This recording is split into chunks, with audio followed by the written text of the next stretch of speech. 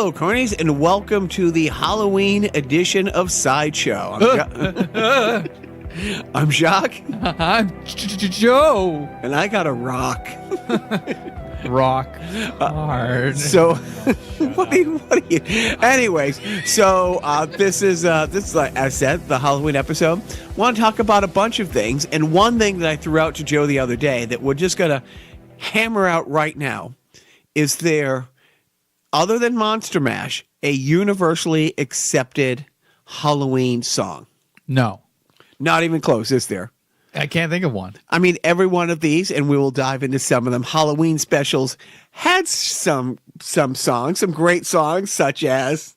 Are you referring to The Worst Witch?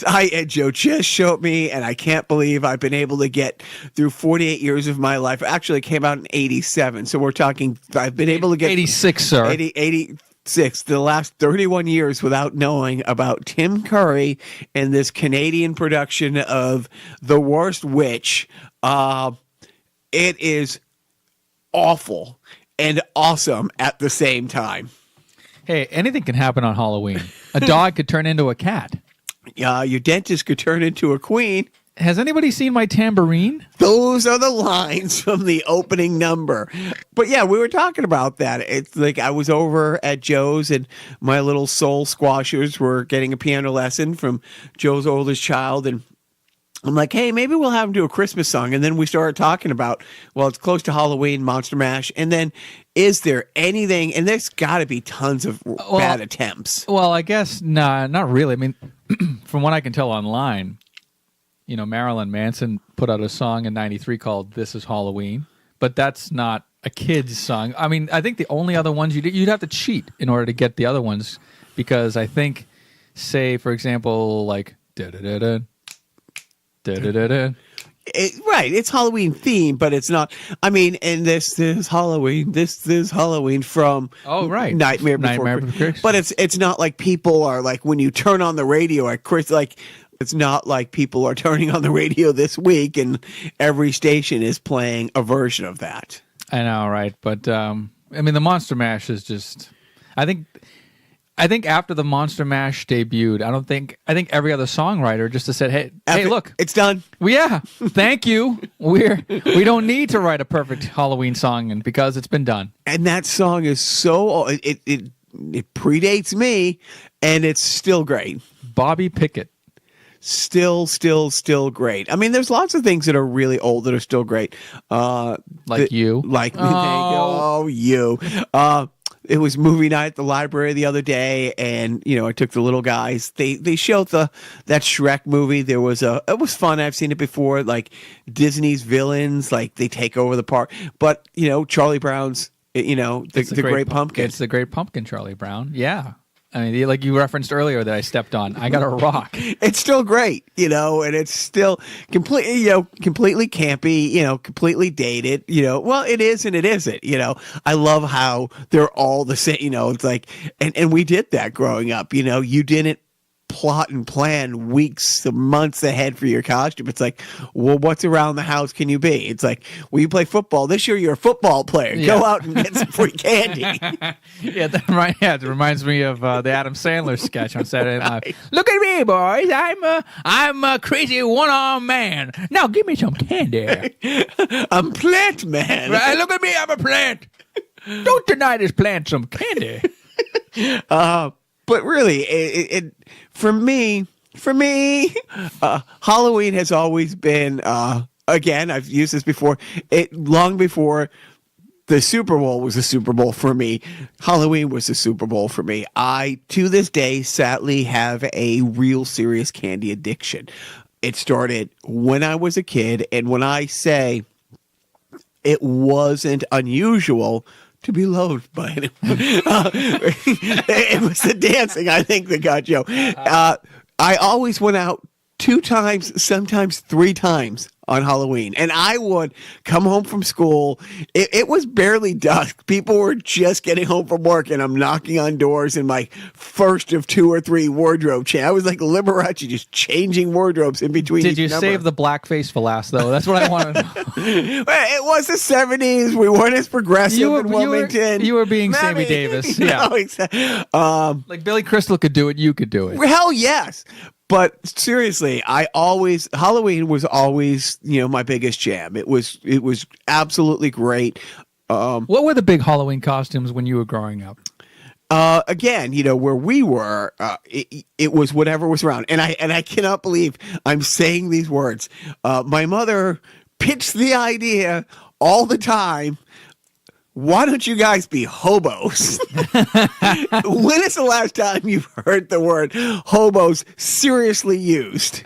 When I was visiting your mother. Yeah, exactly. And that was the idea. You look like a hobo. And it's like we're mismatched, unfitting clothes. I mean, she was way ahead on the rap culture. Pants around the ankles, shirts too big. But that was her whole idea. I mean, we didn't have any money. So it's like, okay, here's these old clothes from your grandfather, whoever, completely outdated.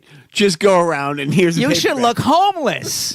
And I was like, we are homeless, Mom. So I'll just wear my regular clothes. I do remember one year, I think 2 years in a row, I went out as Starbuck from Battlestar Galactica, the original. 1980s Starbuck. Which was great. I mean, I love that. But the other thing that Joe and I were talking about, and this is just 2 grumpy old men talking. It just stuns me that, like in Charlie Brown, we're 6, 7 years old. All right, have fun. Stay close together. Yeah. Bye.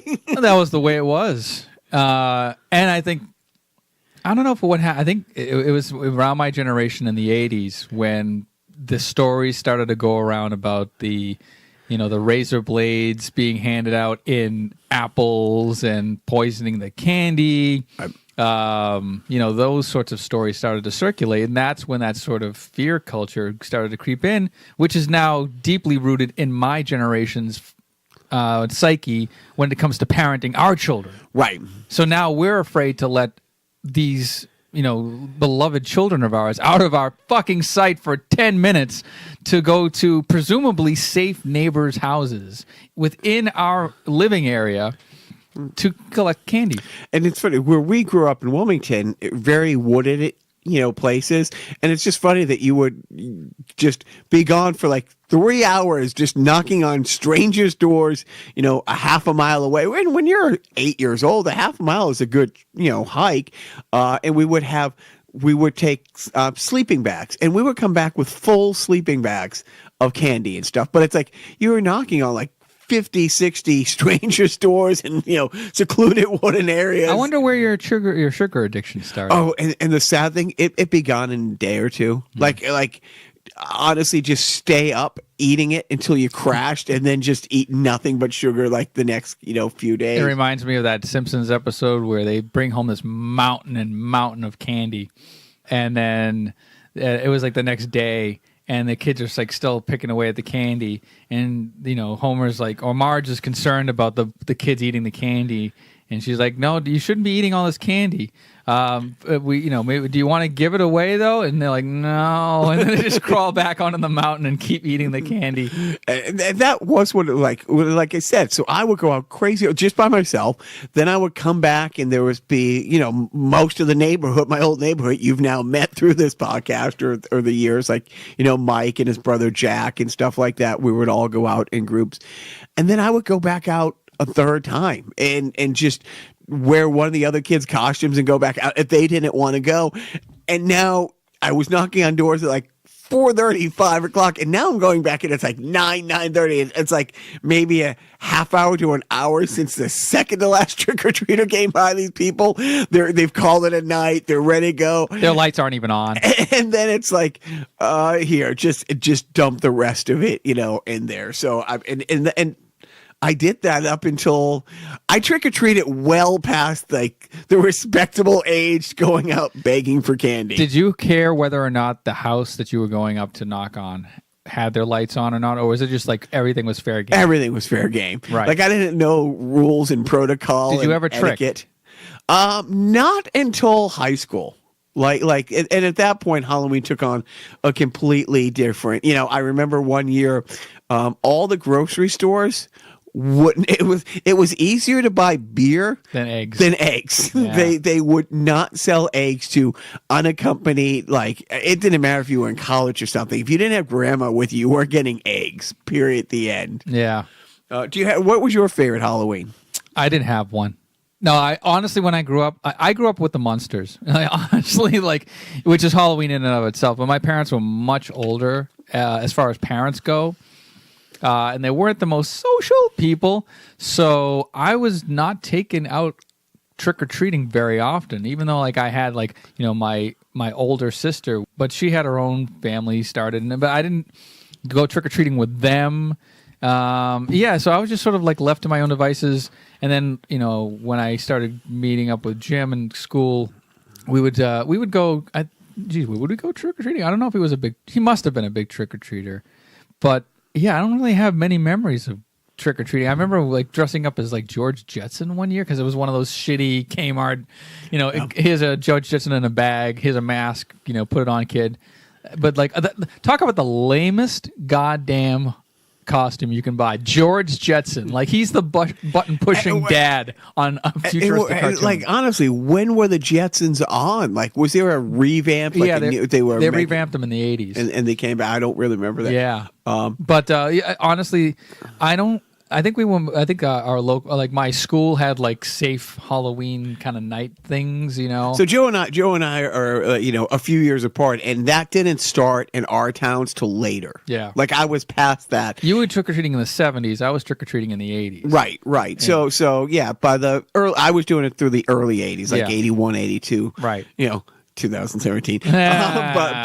But then now they started all that safe stuff after that, and it's one of those things. It's how much of it was urban legend, how much of it was real. Right. Well, let's fast forward to, since we're on the trick or treating thing, the time that you and I took our kids to go trick or treating in our neighborhood. We hadn't moved to Cutter yet, and we were. I think we were just back here visiting from LA. 2011, and because Squishy might have been 2.5. Because he was walking because he had the juice box outfit management made this really great juice boxing. Maybe if I can, I will post the picture. We'll blur out your kid's face. We'll put a big European black bar over his eyes. The oldest one was a zombie, and yours were. My oldest was a Dracula, and my youngest was, oh God, what was he? Was he an Ewok or something? No, gee, I forget. But what were you, Joe? What were we? Yes. We were Ghostbusters. The best part about it is, Joe had, for both of us, the full-on, Ghostbuster outfits with the proton packs.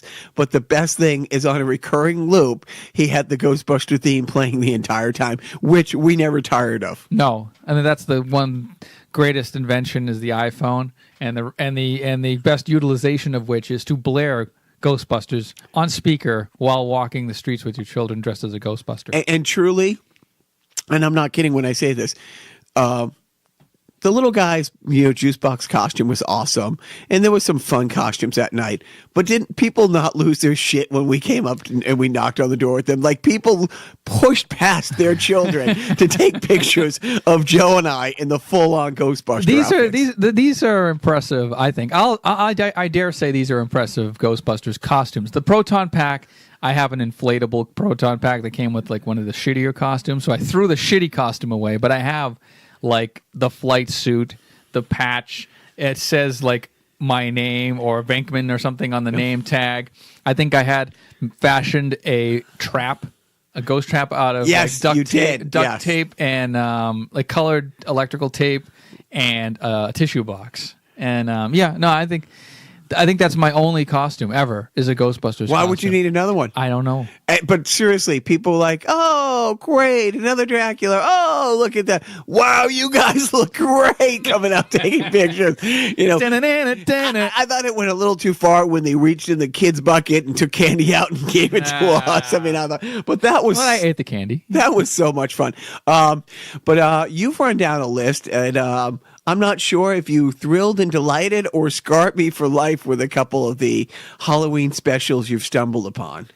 You know, for me, the Garfield Halloween special was one of them. I don't remember that at all. Yeah, that was like 85, 86. So you were like, you were... I was doing high school. I was trying to buy eggs on the black market. You were egging my house while I was watching that cartoon.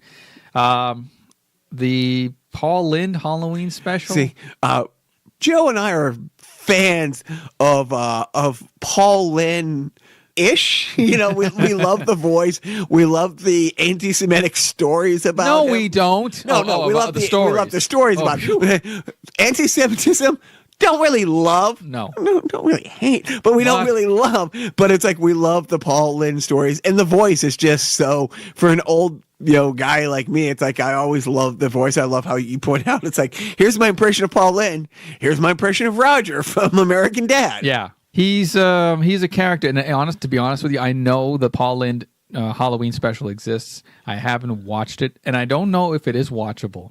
I think Gene Simmons from Kiss makes an appearance, or maybe Alice Cooper. Somebody makes an appearance, but just the thought of Paul Lynde Halloween special. $. Let's watch them both and rate which is more watchable, that or a Wookiee Christmas. Oh. What is it then? Chinese New Year, April Fool, May Day, Payday, VJ Day, Groundhog Day? Smile when I get warm. You can smile, can't you? I'll give you a hint. It's full of witches and spooks and strange creatures of the night. Oh, sounds like Hollywood Squares. We go through this every year.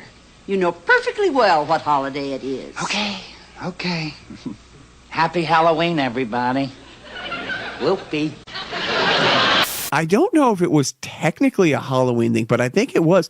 Kiss did a horror movie, and they shot at Six Flags in Valencia, California. I forget the name of it, but they had a full-on, like a Kiss Carnival kind of thing? Or? It was a Halloween movie, but it was set at Six Flags. Okay. I don't know. Yeah, I have to research that. But then there were like the ones that caught my eye were like the Fat Albert Halloween special. Hey. Here's some Jello with roofies. Again, too subtle. If you can, I don't think they're going to get the joke. There were a couple of Muppet Show episodes that featured Vincent Price, Alice Cooper, but I don't know if that's Halloween. I mean, special. how long was Vincent Price Halloween? Since like the 60s or 50s. I mean, that was a good long run. Right. What? Where he was every Halloween special, commercial. He does the rap on Thriller. Yeah, thank you. Indeed, he does. Yeah. We won't be playing that on kind of. We don't want to get sued by the ghost of Michael Jackson. That in 7 hours. Because Thriller isn't Thriller. I mean, it's an okay song. It's something that is a visual medium. You have to. John Landis directed it. He was. I mean, if there's a couple documentaries out there, Michael Jackson loved him and always wanted to do something like that. That was an unthinkable budget at the time for a music video. I think he saw American Werewolf in London and said, "Yeah, just give me John Landis and let's do this." Yeah, and and let's get Vincent Price. Right, exactly. I would love to, Michael. That's my fucking stupid Vincent Price voice. You can do it better. Try it again. Vincent Price. I would love to, Michael. Now do Paul Lynde. I would love to, Michael. Oh. Where do you keep the little boys? Oh, they're by the jello. They should call this Always Land.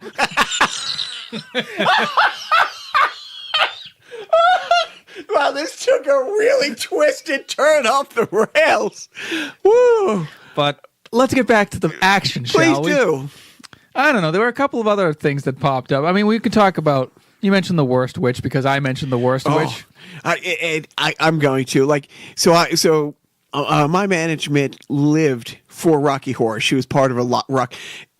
It's been 15, 20 years, but I can't tell you how many times we have to, now that we've moved back and she's reconnecting with different friends, it's like, oh, we're going to go meet this person who I used to do Rocky Horror with. Yeah. Oh, this person, we're going to a concert in a few weeks. And she's so excited because it's all these Rocky Horror things. So she loves the whole Rocky Horror thing.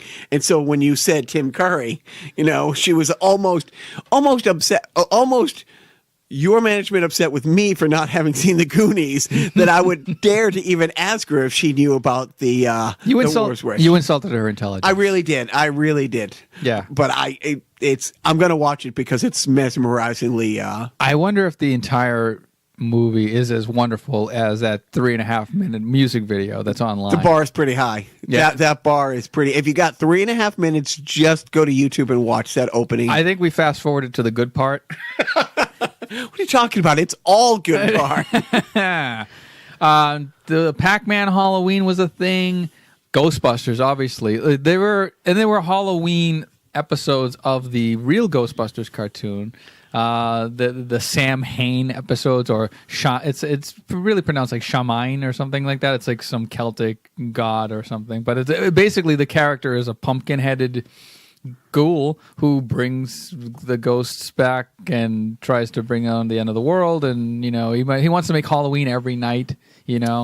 Which kind of leads me into Nightmare Before Christmas. Yeah, I mean it's. I don't know if it's my third favorite Christmas movie or if it's my favorite Halloween movie. It's probably second behind the Charlie Brown one.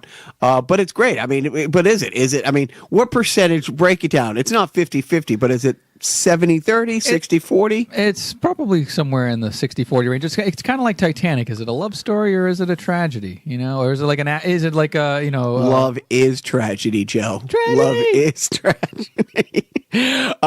So the biggest thing we miss about living in LA, aside from our great friends who are listening, is going to Disney on a regular thing.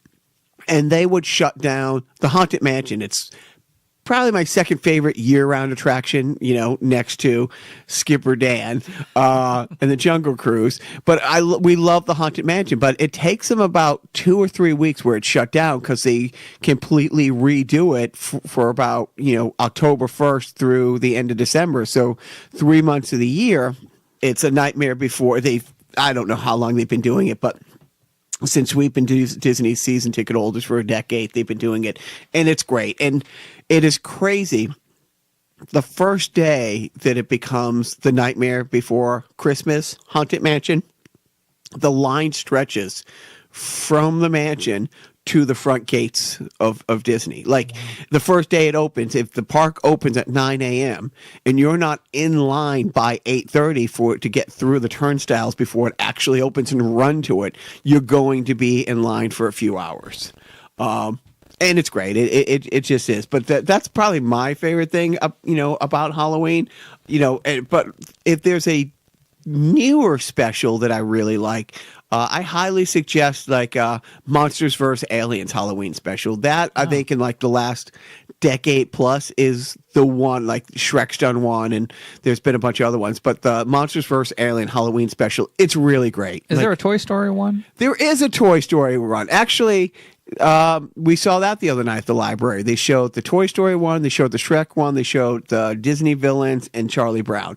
And the Toy Story one is good. The Monsters vs. Alien ones I really love. The Toy Story one is good though. It's one of those things where, there were kids there for movie night ranging from 3, 4 to 10, 11, maybe, probably 10, 11. And the younger kids were truly scared with what was going on. So that was great. I would be remiss if I didn't mention the Simpsons Halloween specials. That the Treehouses of Horror. How many have they done so far? How long has the show been on? 26 seasons, 27 seasons. So I think they're at Treehouse of Horror 27. That's fantastic. And I think in later years, those would be the season openers, because Fox would show baseball in September and October, Right. and then immediately as soon as baseball was over, Fox would premiere the first Treehouse of Horror, which would kick off that season of The Simpsons. And oh my God, the first dozen or so Treehouse of Horror episodes were just classic, like off the wall, like perfect playground. A perfect playground for those characters and memorable. Like even though there were parodies of other tropes Right. and stuff, it was just they were all fantastic. You know, which ones would be your favorite? Do any come to mind? Yes. I mean, and like you said, it's just a straight up parody of the Twilight Zone, How to Surf Man. Oh, right. You know. Right. There's some space dust on here. Yeah. Yes.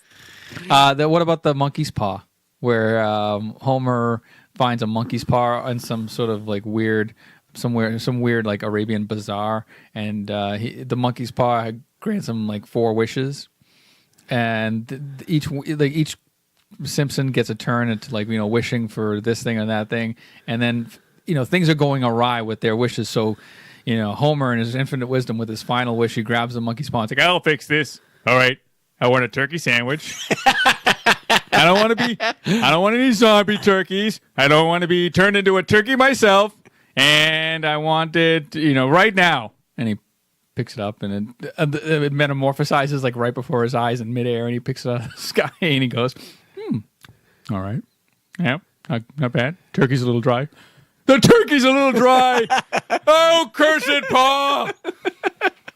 Oh, yeah. I mean, I can't believe that wasn't at the top of the list. I can't believe we just didn't do a whole sideshow about Simpsons. I mean, we got 26 of them to choose from. I know. If we gave each one of them 1 minute, we'd be going over in time almost. What about the one where Lisa has the science project of the she has that tooth in the petri dish and she zaps it with some static electricity, and then the next morning she discovers there's a civilization that lives there, and then all of a sudden all the people think that she's God, and so they shrink her down to size using a debigulator.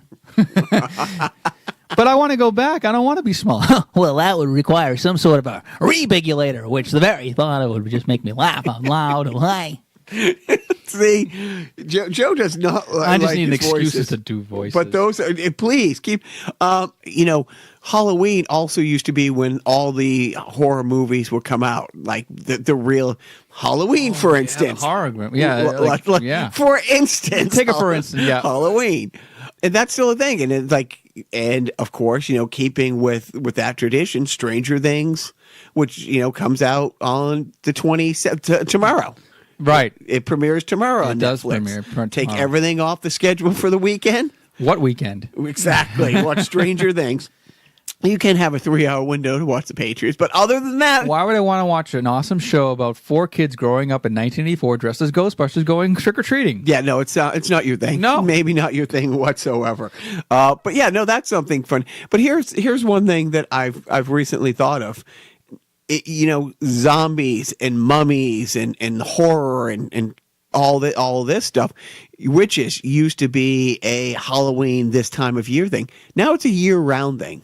Between like The Walking Dead, there's constantly a new horror movie coming out and stuff like that. But The Walking Dead, for instance, the two things, and I don't know if it is well, I'll just put it out there, like cosplay has completely minimized Halloween a little bit. It used to be a really special thing, but now a freak like me who only owns, basically cosplay it's Halloween every day for me. How many bat suits are in your closet? Honestly, between for me or for the family, because the little guy probably has four completely different variations of the bat suits, from Blue Batman from Brave and the Bold. He has a Chris Nolan Dark Knight one. He has an old Adam West I was gonna say style Batman one. 66. Yeah, Batman 66 one.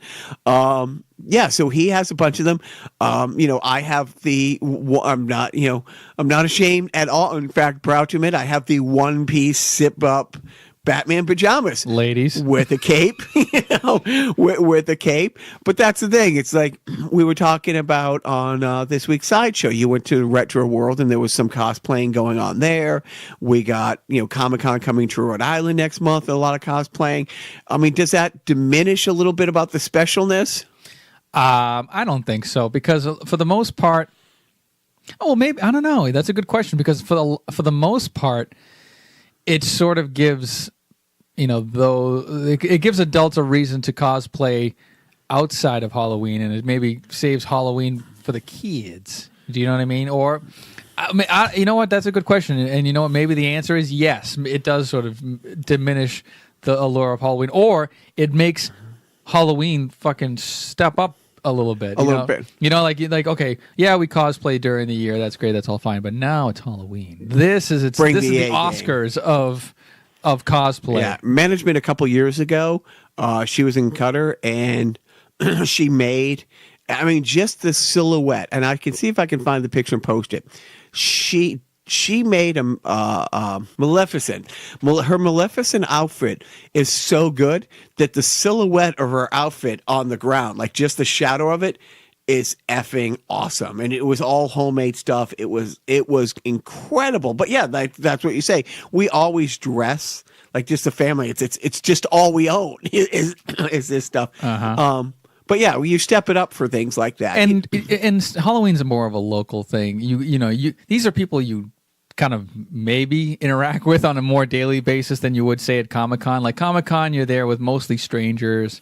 It's a larger scale, and you kind of get lost in the shuffle. Whereas here, you get to impress somebody who isn't dressed up, being the person that you're begging candy from, and you basically get to see their reaction. You get to see their immediate, oh my God, that's so great. Yeah, that's fun. And you get to see that 40 times. Whereas at Comic-Con, it's like, oh, your Maleficent isn't as good as the fourth Maleficent down the row. Right. I don't remember in the Woolworth commercial, did they sell the sexy nurses outfits there? And when exactly did every outfit for women at the stores, and I'm not saying this in a bad way, come with the sexy before the name? I think around 2000.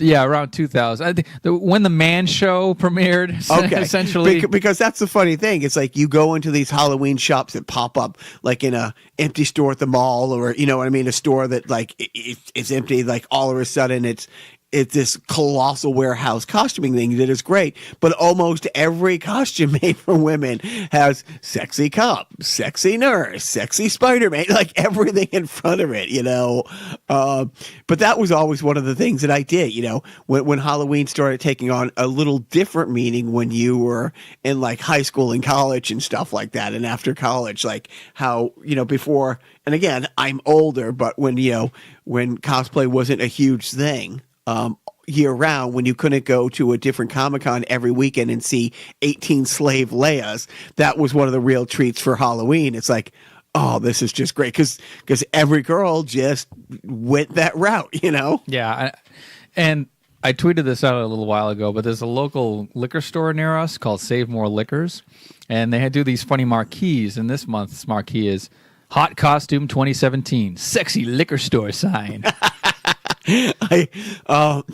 Speaking of Disney again, one of the best group costume things I've ever seen. We would go to Disney all the time, and we went on a Halloween a few years ago, and I thought I was original, or here management thought she was original.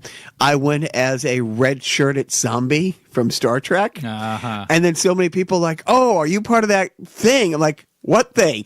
And I looked on YouTube, and there was a group that had just been there that had all red-shirted zombies who did Michael Jackson's Thriller. There was maybe 30 of them. Wow. So it's funny. So we're walking through the park, and just as we're leaving, and I'm all zombified, in a red shirt and lipping, some guy comes walking the other way with his wife, and he's dressed as Kirk. We're talking old school. And my manager just points to him and starts yelling, "It's your fault! You sent him down!" The dude and his wife lost it. And he's like, "I'm so sorry. It's hard." He went right into character, and it was really, really great. But that day, I think I saw the best group ever. It was maybe 7 or 8 or 9 pirates. I mean, completely Jack Sparrowed out. They looked like extras right off the set of Pirates. They looked absolutely amazing. One guy, head to toe, Pittsburgh Pirate outfit. And he's like, "I misread the email." Oh, he wasn't zombie Roberto Clemente? He was not zombie Roberto Clemente. Well done, sir. Well done. But when I saw that, and I'm like looking, and I'm like, "Oh, dude, can I take a picture?" He must have been asked 1,000 times, but I mean, it was old school, hat, glove. I mean, he looked like he walked off a baseball card in like 1964. It was absolutely, absolutely wonderful. I mean, one big thing that we probably should touch on regarding Halloween in this area is the town of Salem. Yes, which I think I said a couple of weeks ago. I mean, all the libraries have different Salem witch trial, X, Y. And it's funny, we went to one at the Barica Library. It was very interactive. Like, it was only a 3-person theater troupe reenacting the trials, but everybody in the room was either a witness or part of like you all got like different scripts, so everybody had like a talking part coming in. Crazy thing, completely sidebar. Salem witch trials. Do you realize what it absolutely, at the end of the day, what it was really about? What? It was a version of the famous Jack Nicholson movie Chinatown 300 years earlier. It was all about a water grab.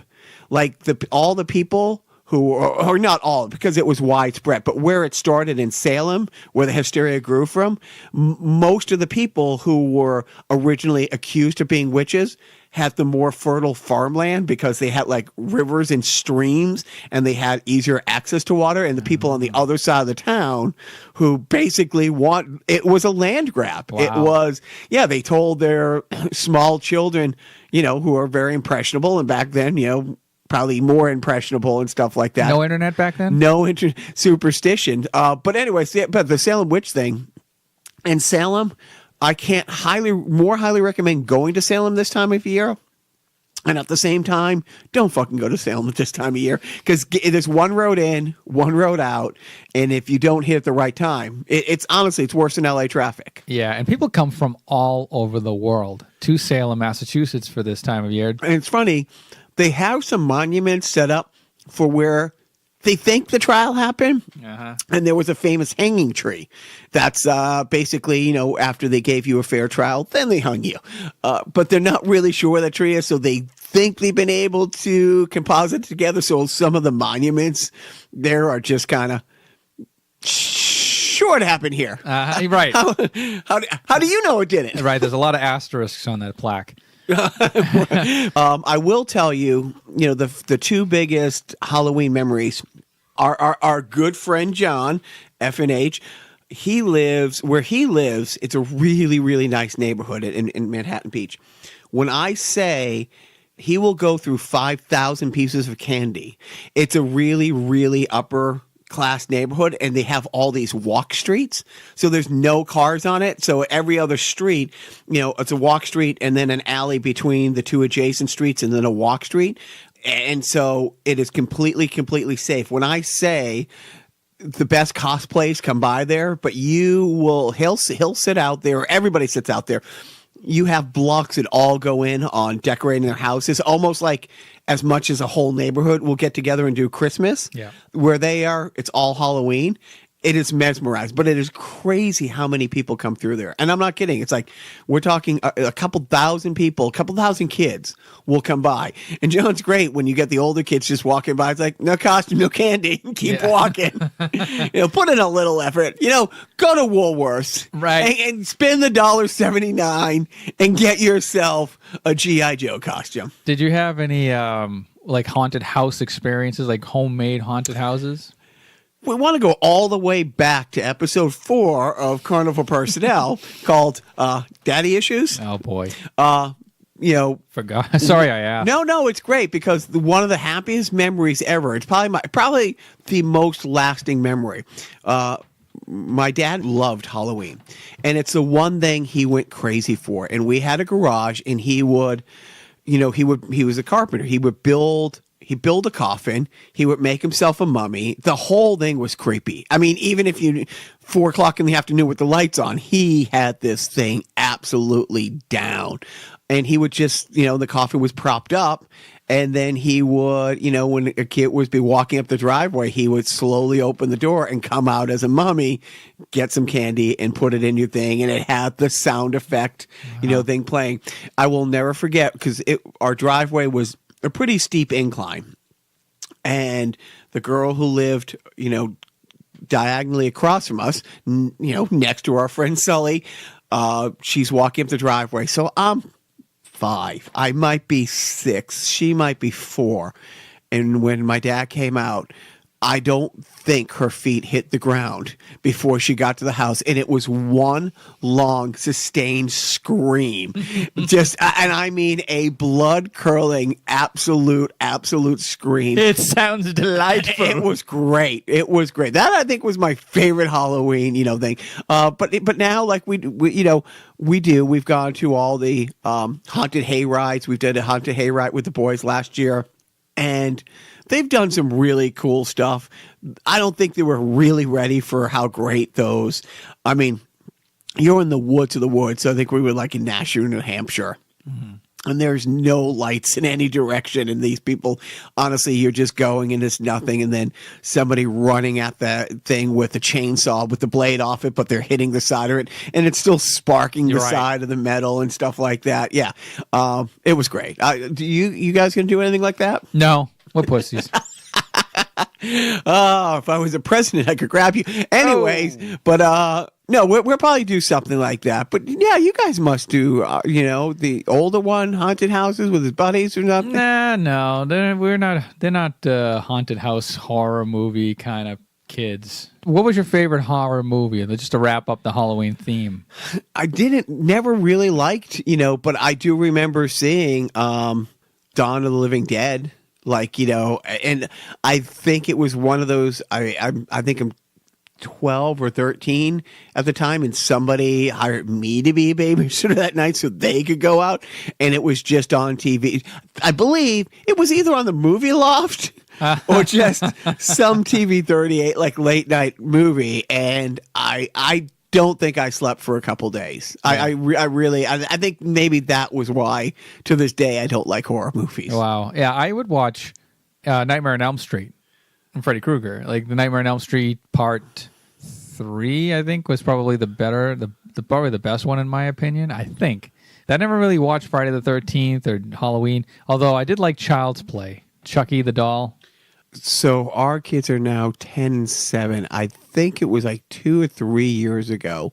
So like 4 and 7. And we were at Universal's Horror Night. And they had all these different things. And we were going through some fun house thing. It was like a lot of black lighting and a lot of some strobing, like the spinning walls. And the one thing that scared us is like you were going through this one room and it looked like this green wall with like polka dots all over it. And just as you get like halfway through, there was a person standing like in a green suit with polka dots like blended into the who would just come out and almost grab you, but they can't. Scared the crap out of all of us. And then the next room, there was a couple clownish, creepy things. So management is anxiety is high. And then they hired some little person who they dressed like Chucky, who comes running. And to this day, if somebody mentions Chucky or there's a commercial or there's a doll that looks like that, both boys will say, Mama, remember? And when I say, much like that 4-year-old who screamed in Wilmington in 1978 that still resonates in my ear, or 76, management screaming because you weren't expecting it, because it's a little person. Yeah. So, barely up to your waist, like running through with it looked like a 120-pound, 3-foot Chucky. Wow. That is terrifying. It really was. I wish I saw it myself. That it's terrifying and fantastic at the same time. It's funny because there was a family from London that she was nannying for at the time who like wanted her to come, and they paid to do the special VIP thing at Universal where you have one tour person taking you through the whole park. I mean, there's thousands of people there, and there's part of the park that is only for like the back lot. They take you and they have all these things for the back lot. If you've seen the back lot at Disney, like the tram ride, where they have the crashed plane from Tom Cruise's War of the Worlds. Yes, like they had all these people who were like bodies just strewn and every now and then a body would just get up and start following you because they were zombies. We were pushing a stroller. like our little guy was like 2. I don't think he was 3. The oldest one was like, he was maybe 5 at the time. And when I say there were so many people who were like, oh my God, you have a baby in a stroller? You people are awesome. And we're like thinking, or awful, right. Or because he's now 10 and he's still to this day scarred for life. But it was, and I remember specifically what got him. It was like, it looked like a 20-ish, like half gutted, like bleeding, dead, man and woman halfway hanging out of a crashed car, and the guy just got up out of the car and just started walking towards them. And it was like, oh my fucking God. I cannot believe how fast I can run. Because like I've told them, I don't have to outrun the zombies. I just have to outrun you. Parenting tip of the week for Halloween. Oh my goodness. Final thing, your top 3 Halloween candies. They do not anymore make Charleston Chew. The Reggie. No, they make mini Charleston Chews. Yeah, They've made a little bit of a comeback, which one of my favorite candies, clearly my favorite dance. They used to make a Reggie Jackson bar. Right, Reggie bars. That were absolutely great. Those were my favorite. Then there's Halloween ones that are just like, I just associate like Halloween with. I don't think they make Baby Ruths except around Halloween. Dude, I mean, seriously, when's the last time you've had a Baby Ruth? Last Halloween. Or when you've seen them, right. There are some things. I will tell you what I'm not a fan of. Candy corn. I knew it. Are you a candy corn guy? No. I'm not. Well, I'm not a candy corn guy until I'm like 5 candy corns in. And I'm like, eh. Right. That's the thing. I mean, and seriously, there's got to be some kind of conspiracy between like candy corn and big dentistry. like that is just like every bag of candy corn is just 6 cavities waiting to be filled. And they look like varying decaying teeth. Right. Nothing about it says, I'm going to feel good about this life choice of eating this. Although I do remember distinctly, I had, a little bit of OCD growing up, and I would eat the candy corn in the layers. Like I would nibble off the white end first, and then I'd go to the orange and the brown. Yeah. And then I never went to the dentist though. Did your parents ever actually check the candy, or was that just the bastards' excuse to pillage some of it? Oh, I'm going to check this. Check it to see what you like, you a-hole. No, I don't think my parents ever checked the candy. I mean, with my younger son, he has food allergies, so he doesn't eat. Like he goes trick or treating just for the experience. Like he literally cannot eat anything that comes out of his Halloween bag. But Daddy can. Daddy likey. Legally, can you punch somebody who gives out pencils? Are you allowed to? We might be those punchable people because my management is going to put out a blue pumpkin on our. It's like a teal pumpkin. They sell them pre-painted. Apparently, they're supposed to signify allergy-free homes, which is fine. Or translates to boredom. Fun-free. Fun-free zones. This is where Halloween dreams come to the die. Most eggable house on the block. Yeah, I would just get out in front of just toilet paper the whole thing. Right. Get it, We got it covered. Thank you. Yeah, exactly. Thank you. But seriously, I remember growing up like, hey, it didn't happen often. How about and I don't think anybody does this anymore. And again, because of like the whole urban legends, or maybe they're not urban legends, but you used to, when I was a kid, people would make cookies and have little like, saran wrap things where you get 2 or 3 cookies, and nobody does that anymore. Can't. No, it's just not. Yeah. Which I think this was a conspiracy planted by Big Candy. Big Candy, yes. I think the Mars Corporation got together with the Alex Joneses of the world and, spread these rumors and lies back in the 80s to make people, adhere to buying their candy. And by the way, is this month 3 now of the Halloween displays in stores? Like, when was the first time you started to see this year the Halloween displays going up? Was it early September or late August? Let's see. 4th of July was on a Wednesday. No. And it is. It's like I was not expecting it. During back to school shopping, Target was starting to make the space. Like, so our little guys went back to school the last week of August, and you get the list of, hey, we don't have all the money to be buying things like glue and stuff. So here's a list for everybody to bring in. It was about a week or two after that they started to consolidate the back to school sections and make room for the costumes. So we're talking September 10th, something like that. That sounds a little bit more reasonable. I'm pretty sure that I walked into a Stop and Shop in late August and I saw the bins of Kit Kats. Oh, that stuff. Yeah, they got that out early. No, but like this isn't like generic Kit Kat. This is like Halloween themed. Right? Kit No, Kats. or the bags where there's like 3 kinds of Halloween candies in one and stuff. Where they sell all like they'll have like dots in one bag. But even like the schmantas you buy for Halloween, like those, like the decorations or Has anything. anybody bought a bag of candy, one of these big bags of candy for Halloween to give out? And not open it immediately upon getting home. I mean, how many times do you buy candy? Oh, look, they're having a sale on it. I better stock up now. And the day before Halloween, oh fuck, we ate it all. I'm sorry. Oh fuck, I ate it all in September. I know. And nobody asked, but my favorite was Reese's peanut butter cups. Thank you. The peanut butter cups, the full cups. Yes. Is there a difference between the full cups and the mini? Is there a difference? You sound like Harvey Weinstein over there. How do I sound like Harvey? I don't know. Just because I'm touching your breast when I'm asking you this question. So I didn't say stop.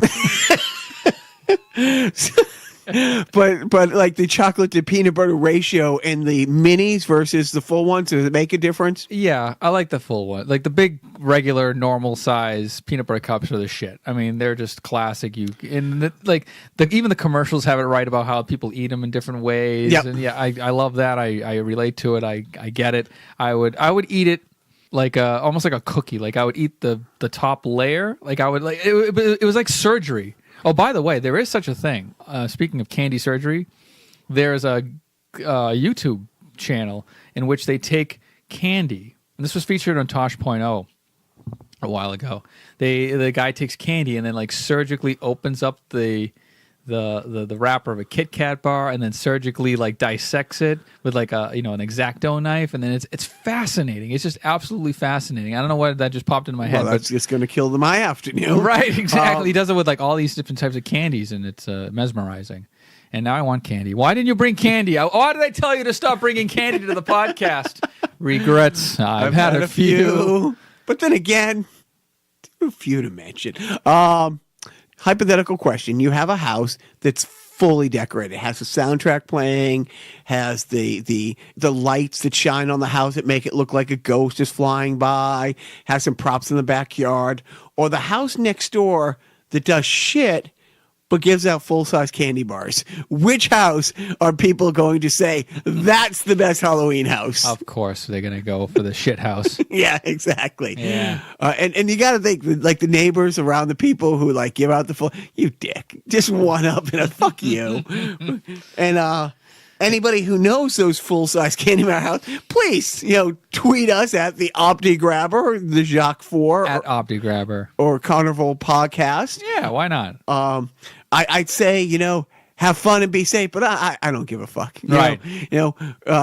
Eat all the chocolate you possibly can and stand as closest to the people wearing the sexy nurse's outfit. And kids, when you go out there, you gotta be careful. It's a bag of glass. It says right on it. And then invisible pedestrian. Look at it. It's all the kids love it. How about Johnny Flame on? It's just a bag of oily rags and a lighter.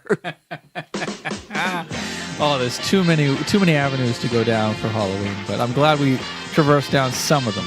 Hope you enjoyed it, and do not forget. You have just been the greatest. Thank you for making me feel wanted. And thank you for inviting us into your homes tonight with our Halloween special. I hope we were a howling success. In case I don't see you for a while, to all you little monsters out there, you have a happy Halloween.